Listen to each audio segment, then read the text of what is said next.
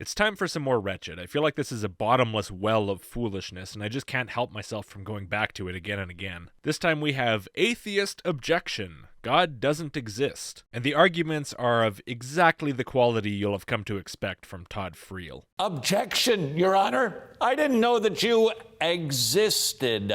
Before I share with you the response and don't stub your toe, what would you say to that objection? Well, if I were the Your Honor in question, I'd probably say, yeah, I know, I can read your mind because I'm God. Sorry for not making it more clear to you. I knew exactly what I was doing, but I thought it was really funny, so get in the pit. I need some new meat. Can you think of one Bible verse that would counter what seems to be reasonable? I just didn't know that God existed. Yeah, if I flipped through the Bible, I could probably find a whole bunch. That's not really an argument, especially not to an atheist. And I suppose you can probably tell right off the bat, this is not a video meant to convince anyone. This is a video for the convinced. He never wrote his name in the clouds. No miracles were performed for me. It's kind of a roundabout way of saying there was no good evidence, but yeah, that's the general idea. If God doesn't make his existence apparent, then he can't exactly whine when not everybody accepts his existence. And I bet you when I say stuff like that, some Christian out there probably thinks, you're talking about what God does and doesn't do, and should and shouldn't do, and can and can't do. So you're showing just by saying that you believe he exists. I've had people tell me that before. If you're one of those people, I think you really need to think about how human conversations work. When you talk about the implications of atheism, that doesn't mean you think there's no God. Don't be dumb. I know that doesn't apply to most Christians, but definitely some, though, because people have made that as an argument to me before, trying to tell me that I believe their idea just because I take it seriously in conversation. Oh, and by the way, that's what this whole video is about, is insisting that atheists actually believe in God and they know it. The least convincing argument it's possible to make to an atheist, because they're telling you you believe something you know you don't believe. Which is why I said this is not a video to convince anybody, it's a video to preach to the converted. I didn't know he existed. What would you say? Can you think of one response? Sure,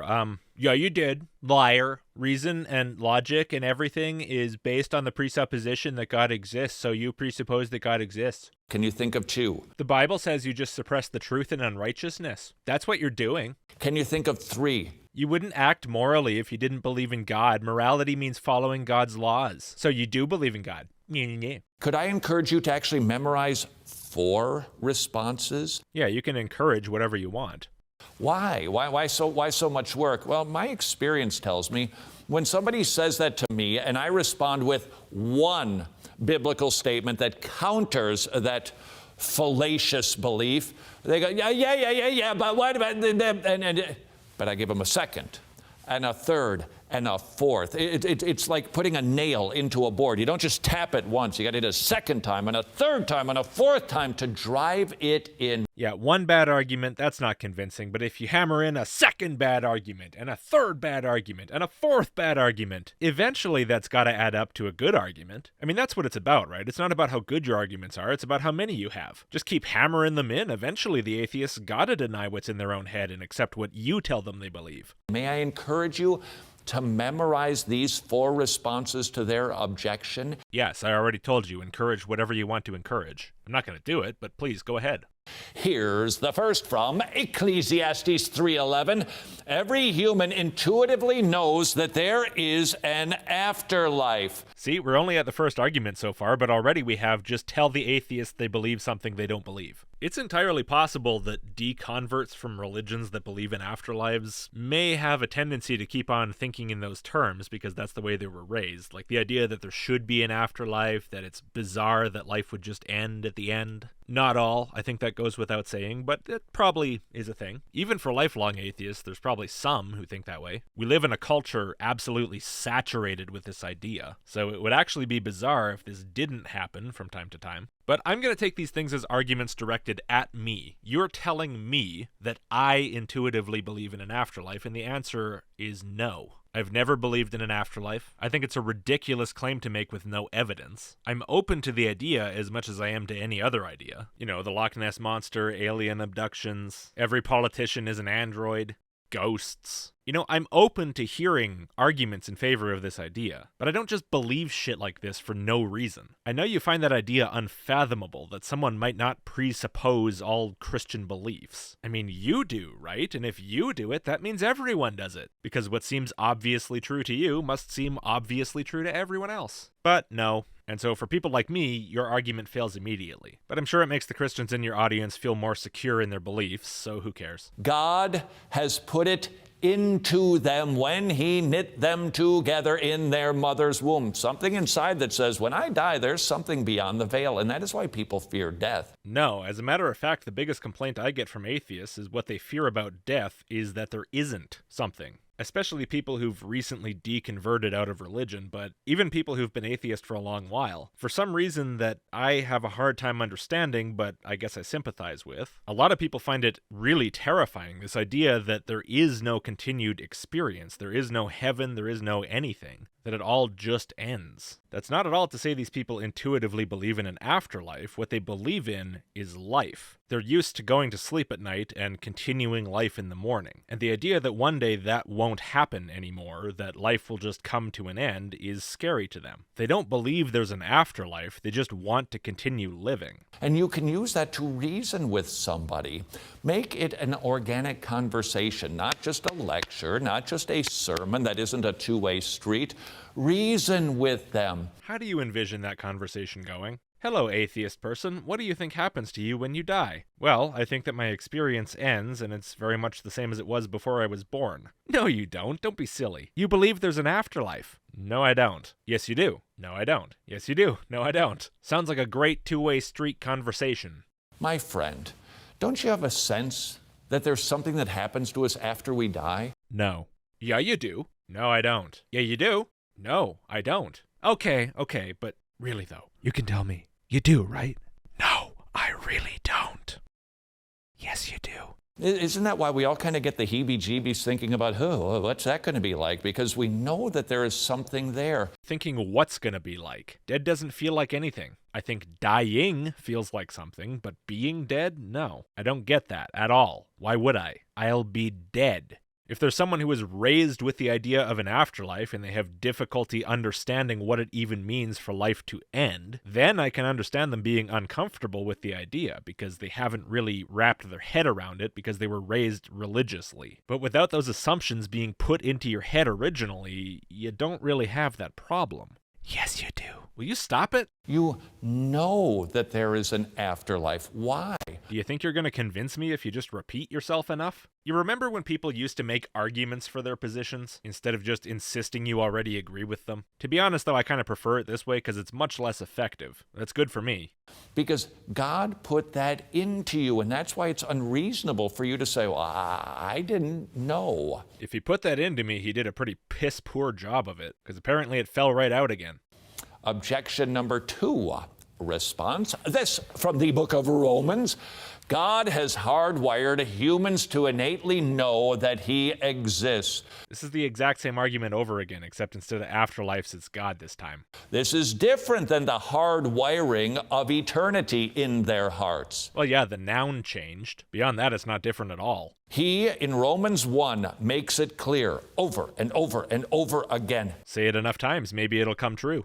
Every single person knows God exists. They don't know him in a right relationship, but they know God exists. You don't realize it, but what you're actually doing right now is proving to me that the Bible is false. Because I know that whoever wrote that was wrong. Christians don't know it, but atheists do. If God in the book insists over and over and over that atheists know he exists and know there's an afterlife, and they know they don't, that's proof to them the Bible's not true. At least not cover to cover. You're not changing anyone's mind. You're not making atheists or making Christians here. You're just further entrenching the Christians and the atheists into their pre-existing positions, which when you think about it, overall seems kind of pointless. Are you saying, skinny guy, that they know some sort of nebulous concept of God? No, I'm saying that Romans 1 says they know the true God. Yeah, so whoever wrote Romans was full of shit, trying to tell people they believe stuff they don't believe. He was probably a guy very much like you who believed that because he believes it, it must be universal. You know, small-minded, unimaginative, can't think his way out of his tiny little bubble, can't even conceive of any variety in human thought.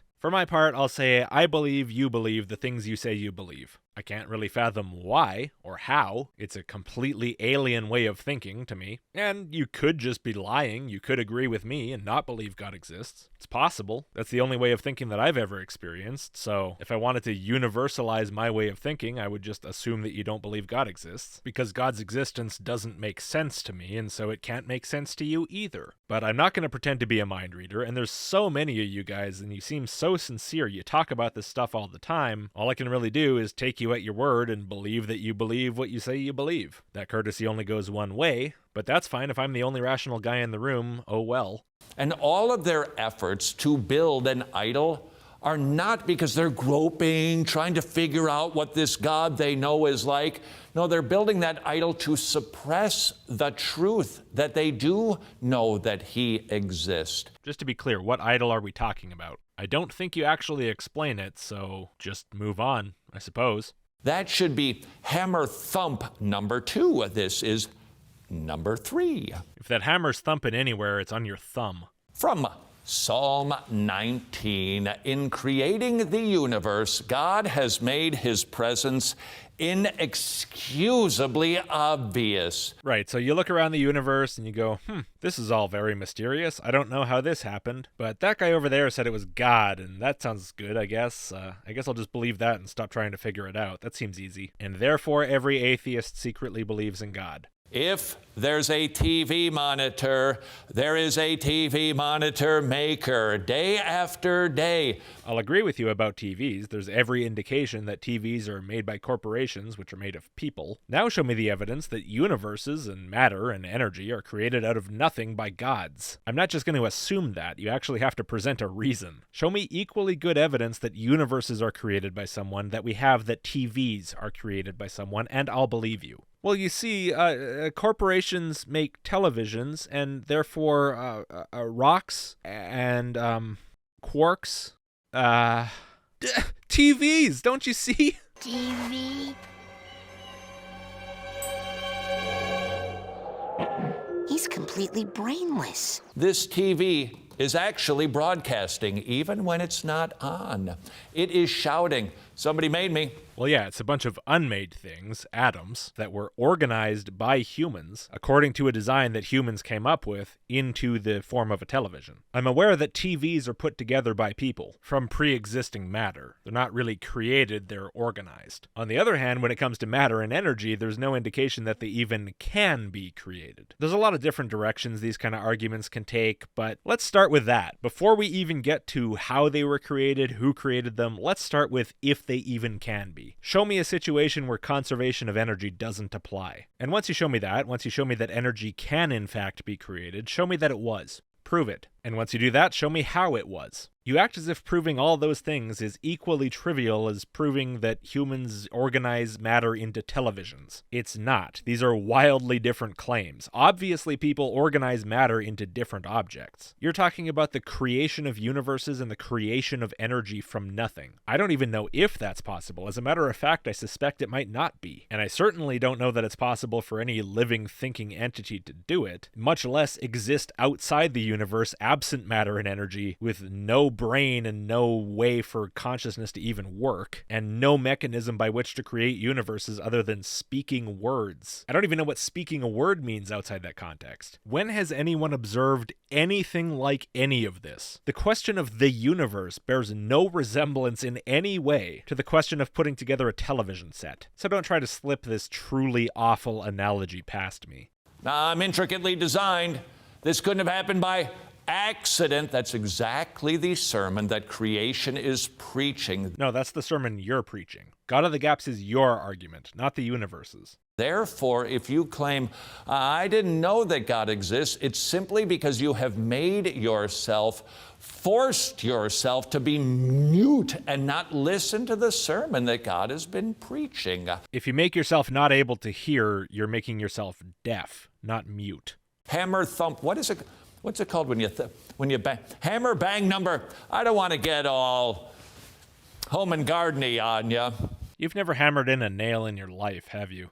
Number 4, This from Romans 2, God has given us a conscience to know we have sinned against our Maker. Oh, I think I called that one. Well, basically, I think I said something like, why do you act morally? Clearly that indicates you believe in God. Same general idea. Every time we do something wrong, we know.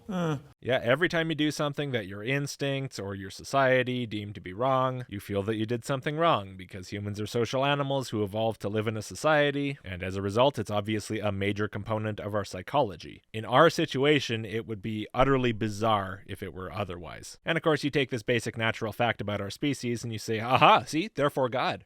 No. If you want to use this as a springboard to argue for the existence of God, that's fine, but you're going to have to actually make an argument that establishes that this does in fact come from God, that this must be caused by God to the exclusion of any natural explanation. You don't just get to convince everyone to jump to your conclusion for free. And considering you have about 1 minute left in this video, I don't think you're going to manage. Or for that matter, try. Even the cartoons get that. They've got the bad angel telling you do the bad thing, and then they've got the good angel. What is that? It's a religiously inspired representation of the human conscience. It's not meant to be taken literally, or if it is, that's because it's religious. What is this, the argument by cartoon for the theistic origin of conscience? Should I also argue against gravity by pointing out that Wile E. Coyote hovers in the air when he runs off a cliff? See, the cartoons get it. There's no gravity. The earth is flat. It's crude, it's not precise, but it is an understanding that they all recognize we all have a conscience. All? No, let's not go so far as all. There are people without a conscience. But if you say most, yeah, obviously. And there's no reason to assume that God, encoded that into you? It's a very simple thing to explain naturally, at least the broad strokes of it. The selective value of it is obvious. It's one of the main reasons we're able to do the things we do as a species. I would actually find it a lot harder to explain with God. I mean, the fact that there are people with no conscience, the fact that people's consciences push them in different directions based on their upbringing. You would expect the conscience to be this unchanging thing, right? This module that's put into everyone identically by God that only triggers in response to things defined as sins within Christianity. And just by observing the world, you can see that's not how it works. Of course, probably you say, no, it is. People just lie. They just say that they don't feel bad about whatever, being gay, being Muslim, being atheist, blaspheming, whatever it is. People say they don't feel bad about it, but I know what's in their heads. I know far better than them what they believe, how they feel, what their conscience tells them. And so even if all externally observable evidence indicates that I'm wrong, I'm still right. Yeah, whatever, man. Therefore, bang, bang, bang, bang. You are without excuse when you object that you did not know that God exists. Okay, we've been through 4 arguments, and they were all ridiculous. Do you have any that aren't? Or is this really just how you want to do things? You want to pile up bad arguments and hope that eventually the pile gets so huge that it's overwhelming, even though the only reason it's overwhelming is that it stinks so bad like garbage. Please memorize those 4 responses to that objection so that when you witness to somebody, while we still have time, and they offer up the old, I didn't know that God existed, you can help them understand, oh yes, you did. Has this ever worked on anyone? I don't understand how it would, but then again, I've seen people convinced by some pretty shit-tier arguments, so I guess I can't be that surprised if it has. Even so, the success rate has got to be pretty low. Your objection overruled. Yeah, that's probably how the end of the conversation usually goes. You bring up a bunch of arguments, and the person shoots them all down, and then ultimately you just have to say, well, overruled. I judge you wrong, so I'm just tossing out all your rebuttals and not acknowledging them. My judgment is that you agree with me on everything. Now get out of my courtroom.